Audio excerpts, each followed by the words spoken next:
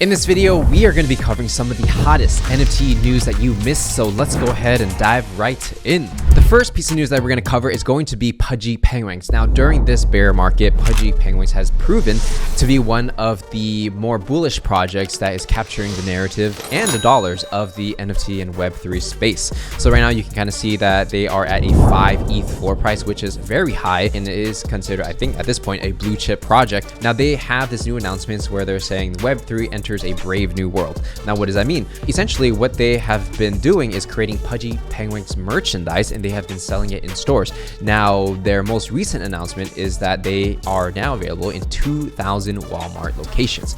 So if you think about it, 2,000 locations multiplied by how many pieces of product does each store have? It's probably a lot. So we're talking like tens of thousands of units potentially being sold at Walmart, which is not too bad, right? It is bullish for the space overall because it is one of the first NFT projects to get that type of distribution in retail stores like Walmart. And every time somebody buys this plushie, they're going to get an NFT that comes with it. So the pricing is going to be $3 to $12 depending on what product you're buying. And also there's going to be some game mechanics where there's a potential for you to win like a golden ticket, which are going to be rare NFTs you can equip onto your Pudgy Penguin, and other NFTs, other traits that you can potentially get if you get lucky and you scan the right thing.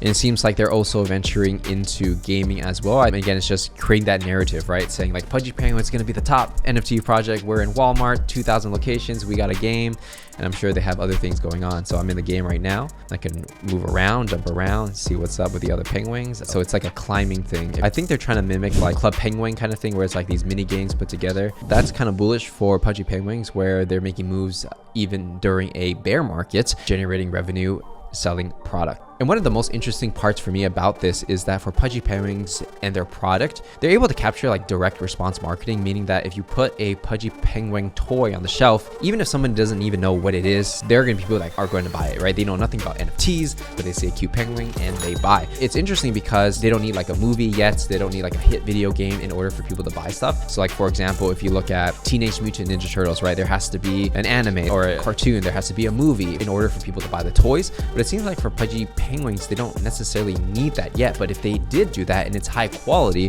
then potentially the sales for the product in the stores in Web2 might increase, right? And how does that affect holders? Well, probably it increases demand for the brand overall, and there's always going to be the super collector who wants to buy the main thing, which is the NFT.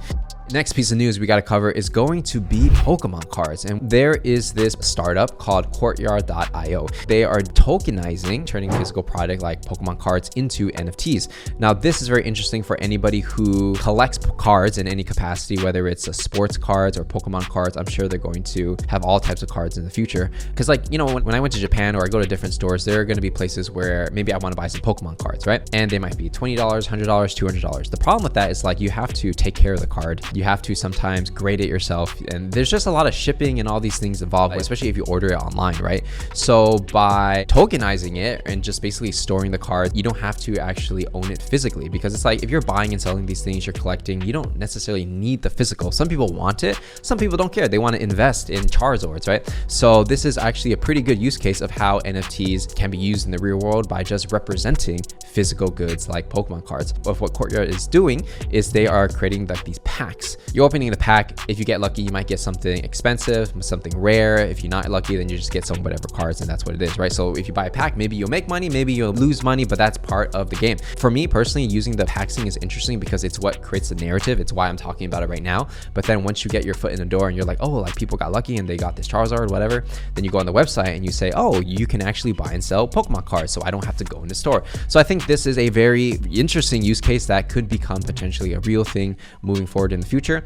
And if we're looking on SimilarWeb on how many people are visiting the site, June 10K, July getting closer to 20, and now it's getting to like 34K overall traffic. So you definitely see that exponential increase during a bear market, which is impressive. So I'm looking forward to see what is next for Courtyard. Next piece of news is going to be MEMEland. So MEMEland has been through a lot of things recently, also because the floor price has dropped quite significantly. So they recently did an AMA. So I'm just gonna quickly go through this. Long story short, what's going on with meme land. Essentially, the name of the game is going to be the token. Why is the token taking longer than expected? It's because they want to do it right. They want to do the proper marketing. They want to make sure it's on the proper exchanges so that they can get a lot of liquidity, a lot of people buying and selling the token, because they want more volume, right? More people interested in this. So it's all marketing in order to create value for the token. Now, the value itself is based on speculation, right? Because there's no product out yet, right? They're building social-fi products. It's all about the narrative, right? Because friend tech, right, which was recently became hot over the past couple of weeks. Friend tech is all about create an account. You're like an influencer. You sell NFTs. People buy stock in your profile.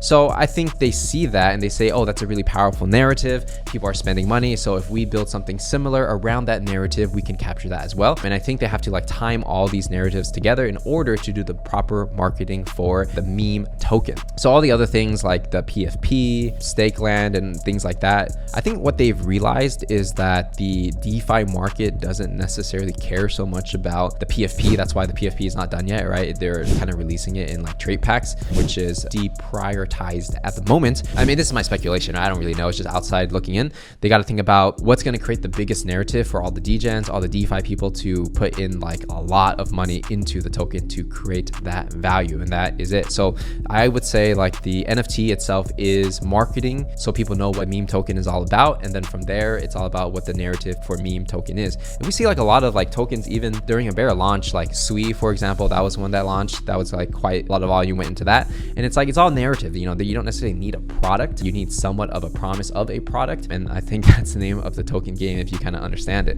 And also one note is that they seem to be thinking about how to use potatoes as a cute IP similar to what Pudgy Penguins is doing. So it seems like a lot of people are going that cute route because it's a strong narrative and it seems like it is working. Now, the next thing we're going to cover is going to be ApeCoin. There has been a lot of drama and talk about the ApeCoin DAO passing a proposal to purchase Yuga assets with 11 million ape tokens, and they're going to issue a new token called DAM. Now, this all started with Big Brother Machi putting in a proposal basically saying, hey guys, we should use the ApeCoin treasury in order to buy the floors of Yuga assets like Bored Ape, Mutant Apes, and stuff like that, and also other notable projects, right? And he's proposing 11 million ape coin. So the proposal passed. A lot of people were against it because it maybe not working in their favor, but in the end, people wanted this to happen, right? So it's basically like buying back your NFTs, like buying back a stock in a sense. Basically, the DAM is going to be the digital art movement, a new organization to handle this fund. The 11 million ape tokens goes to DAM, and then DAM will use 70% of these ape coins to purchase NFTs from Yuga Labs, 30% from other notable projects.